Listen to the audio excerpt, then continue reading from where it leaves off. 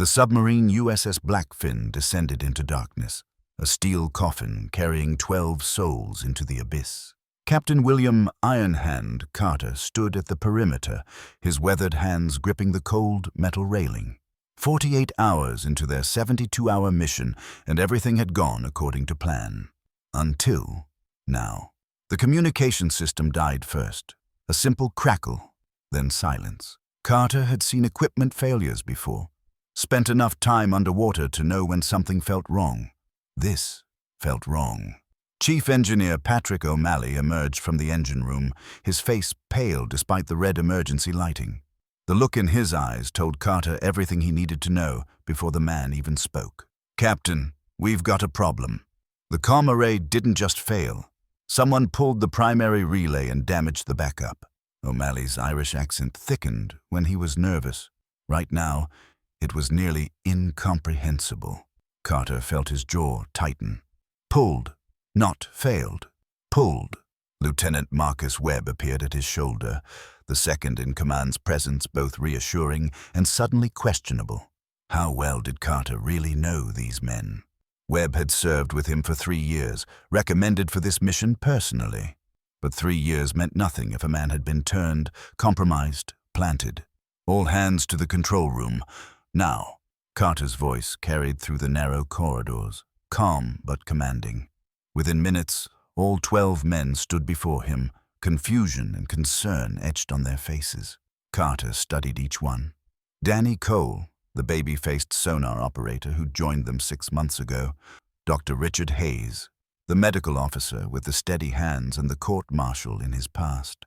O'Malley, who'd been drinking more lately, who'd been passed over for promotion twice. "Gentlemen, we have a saboteur on board." The words landed like depth charges. Silence. Then chaos. Voices erupted, denials and accusations flying. Carter raised his hand. "The communication array was deliberately disabled. This wasn't an accident. Someone on this boat doesn't want us completing this mission."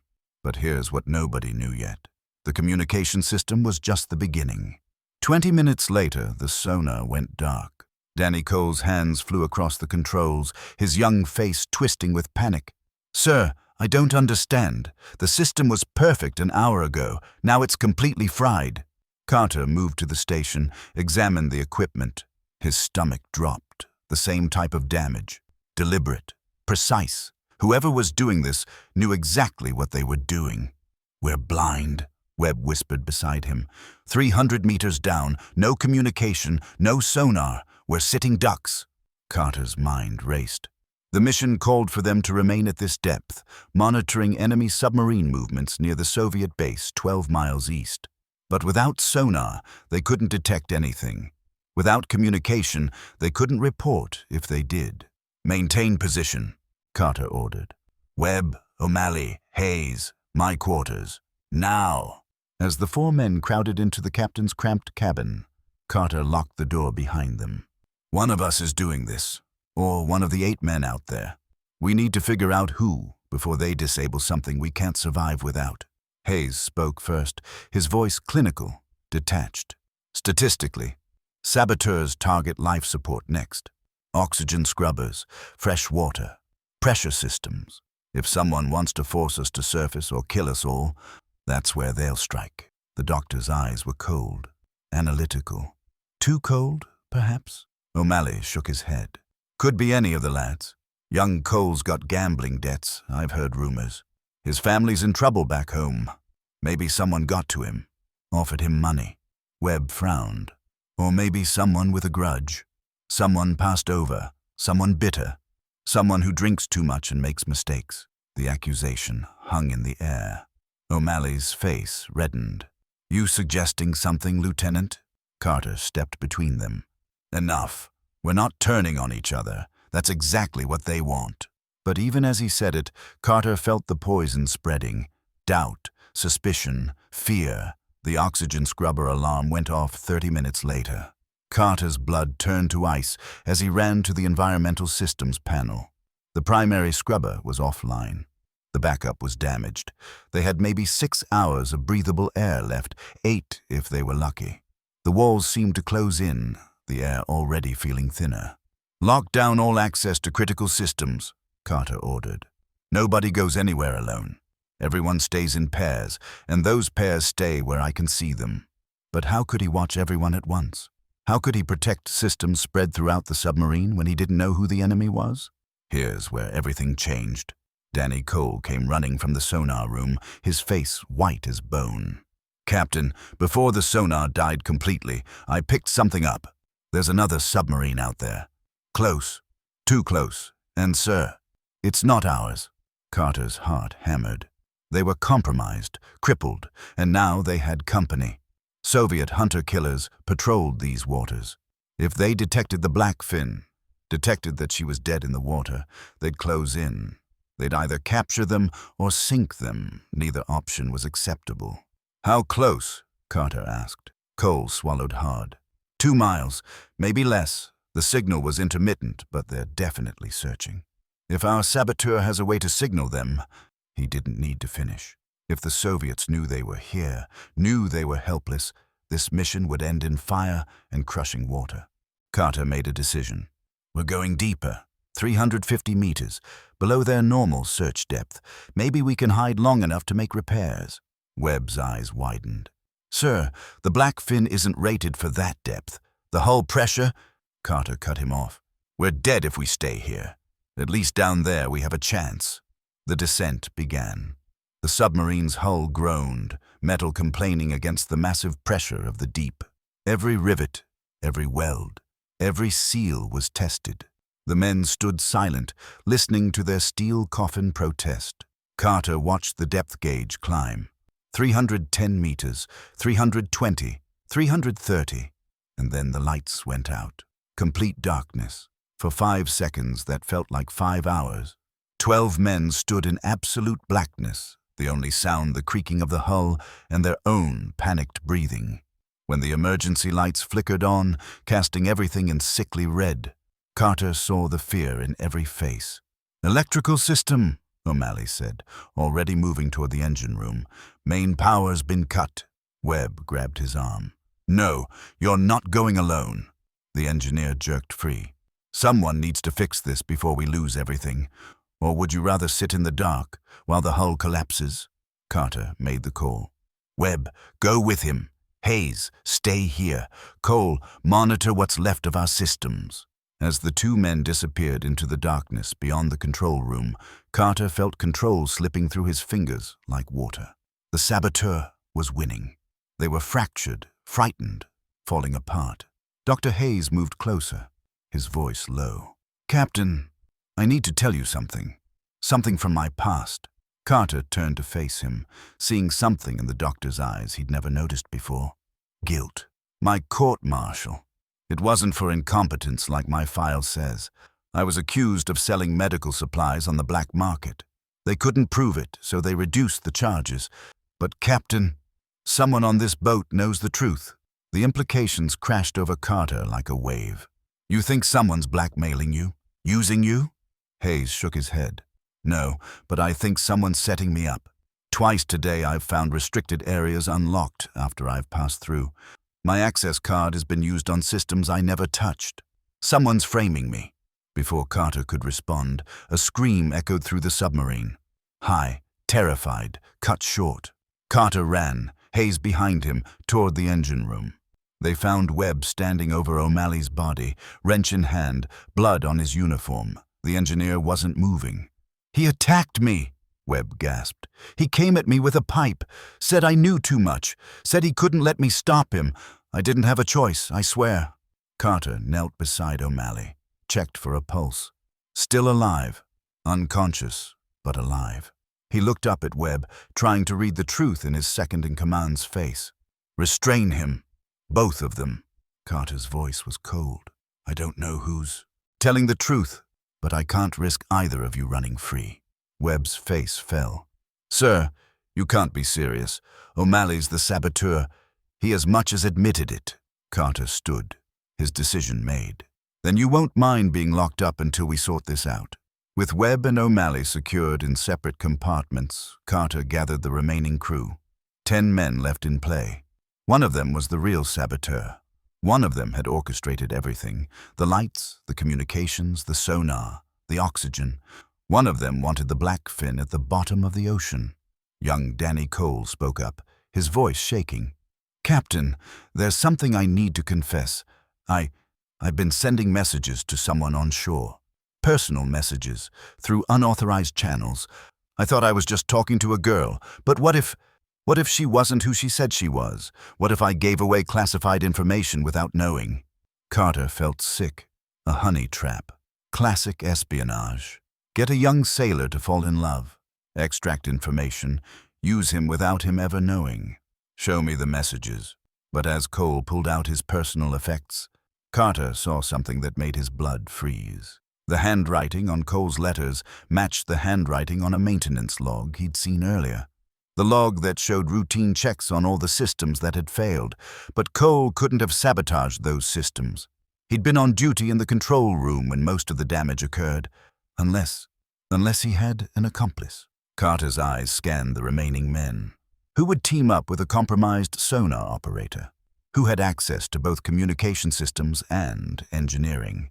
The answer hit him like a torpedo. Dr. Hayes.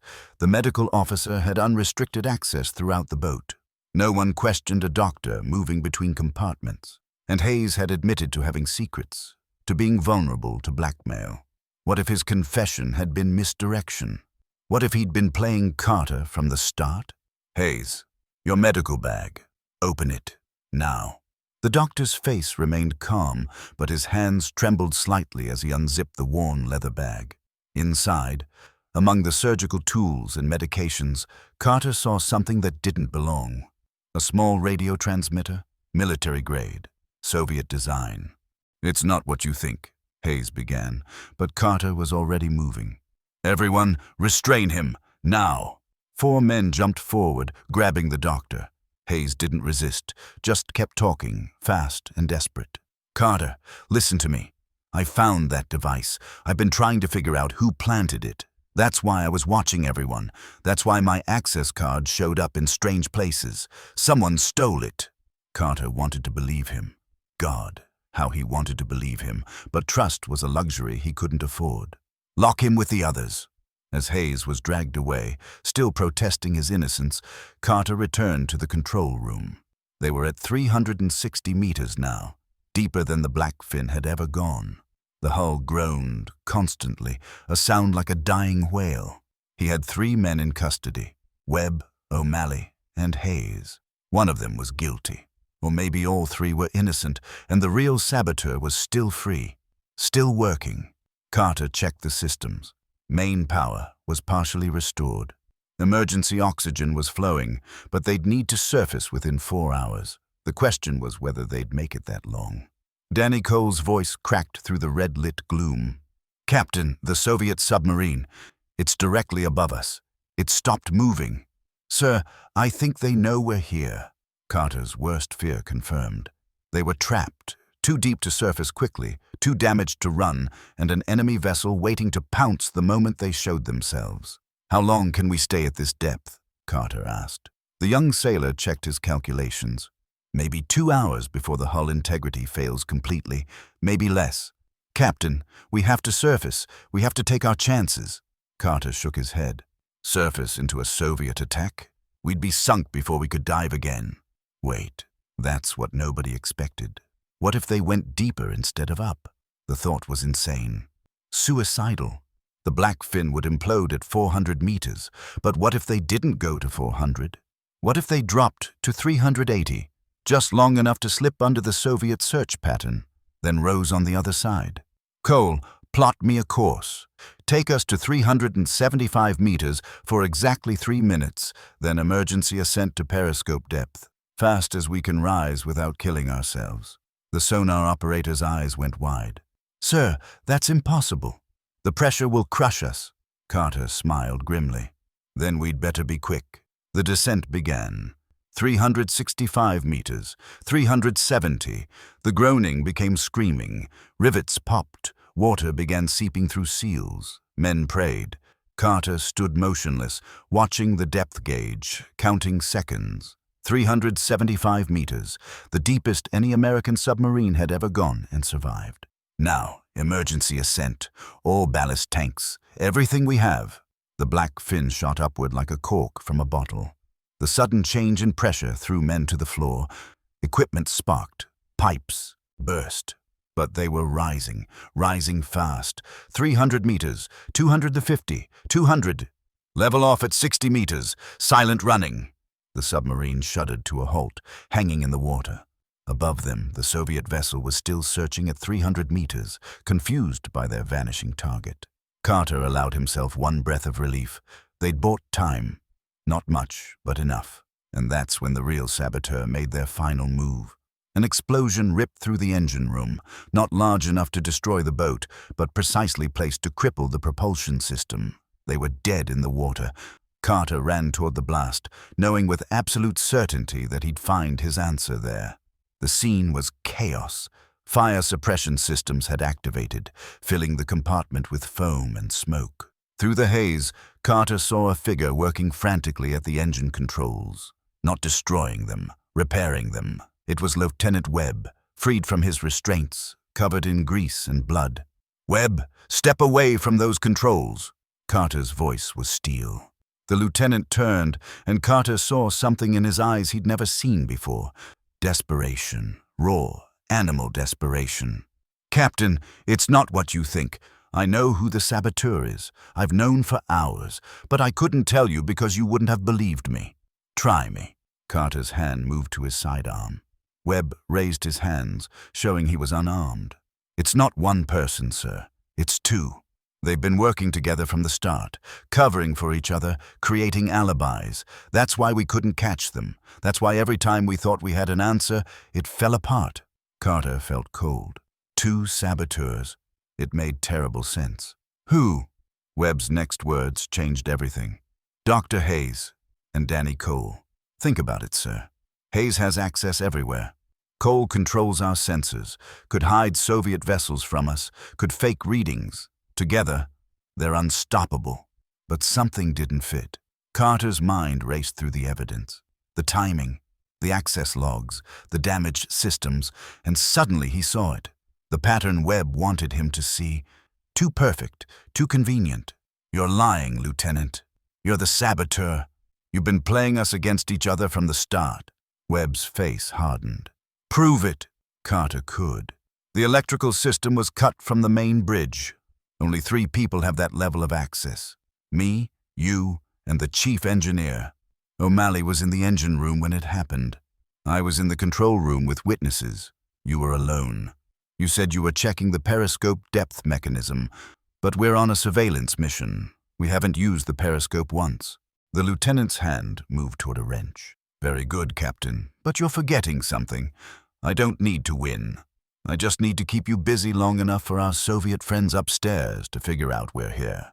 And I've been transmitting our exact position for the last 5 minutes." Carter's blood froze.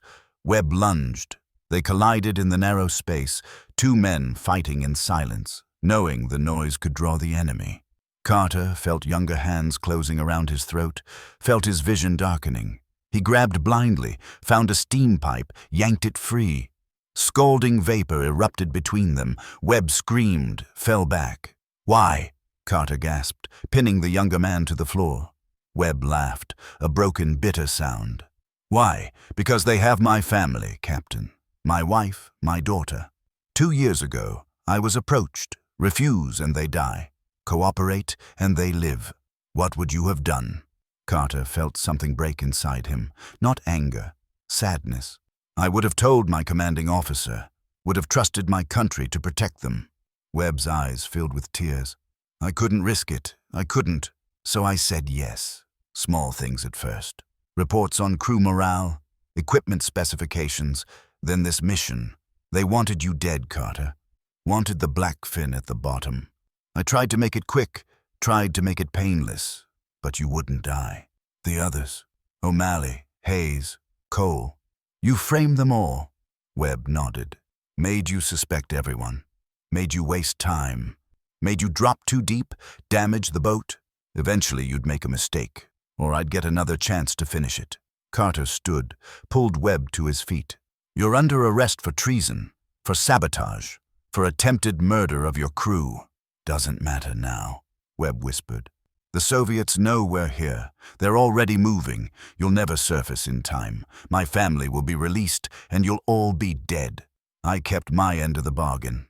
Carter dragged him back to the control room, threw him at the feet of the assembled crew.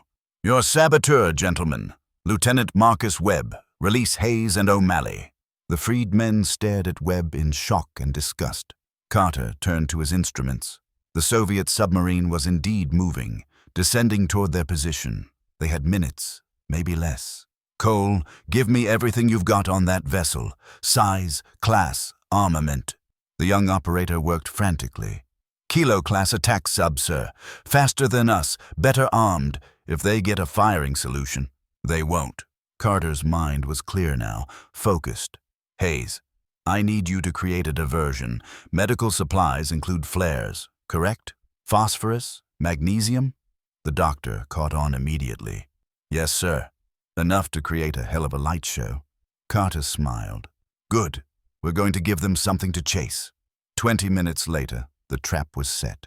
They'd rigged every emergency flare, every chemical light source, every piece of equipment that could burn or glow. They'd loaded them into a torpedo tube along with enough compressed air to shoot them half a mile away. "Fire!" The makeshift decoy erupted from the Blackfin, rocketing through the water. The Soviet submarine took the bait, its sonar locked onto the massive signature. The incredible noise and light. It turned, pursuing what it thought was the crippled American vessel trying to run. Carter didn't wait. "Emergency ascent. Everything we have. Get us to the surface before they realize their mistake." The Blackfin rose through the darkness one final time.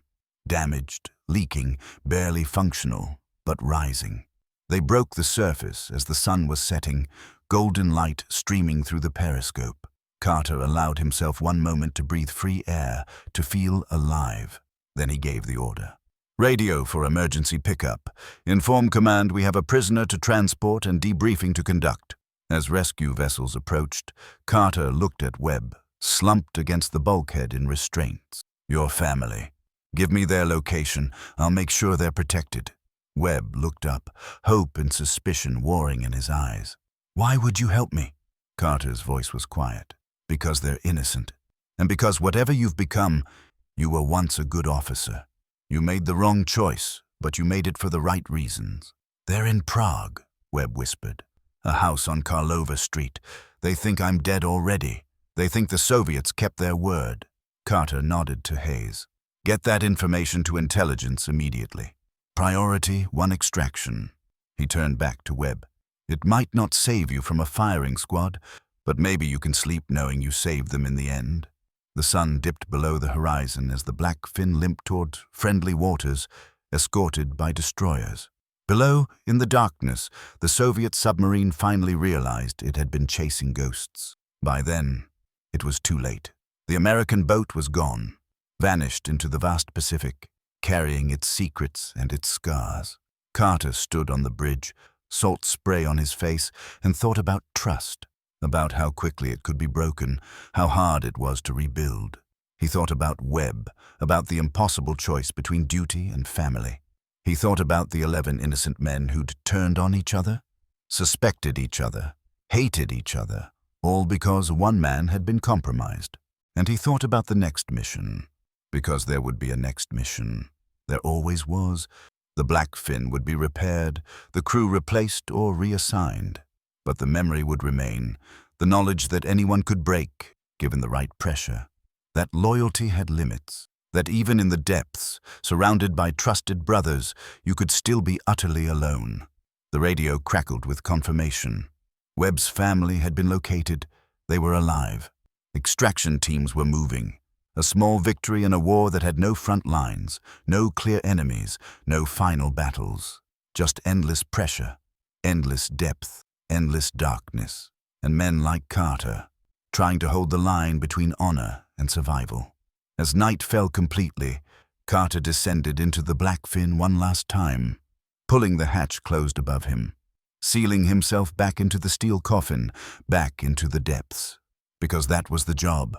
That was the choice he'd made. To go down into darkness so others could stay in the light. To face the pressure so others didn't have to carry the weight that would crush lesser men. The submarine dove, and Carter with it, returning to the abyss that had become his home. Above, the stars came out, indifferent and eternal. Below, in the crushing dark, 12 men had learned what every submariner eventually learns, that the greatest danger doesn't come from the enemy outside. It comes from the pressure within, the pressure that finds every weakness, every crack, every flaw. The pressure that never stops, never relents, never forgives. The pressure point where good men break and submarines die, and the only choice left is whether you'll break alone or take everyone with you. The Blackfin sailed on into darkness, and the ocean closed over it like a grave, keeping its secrets for another day.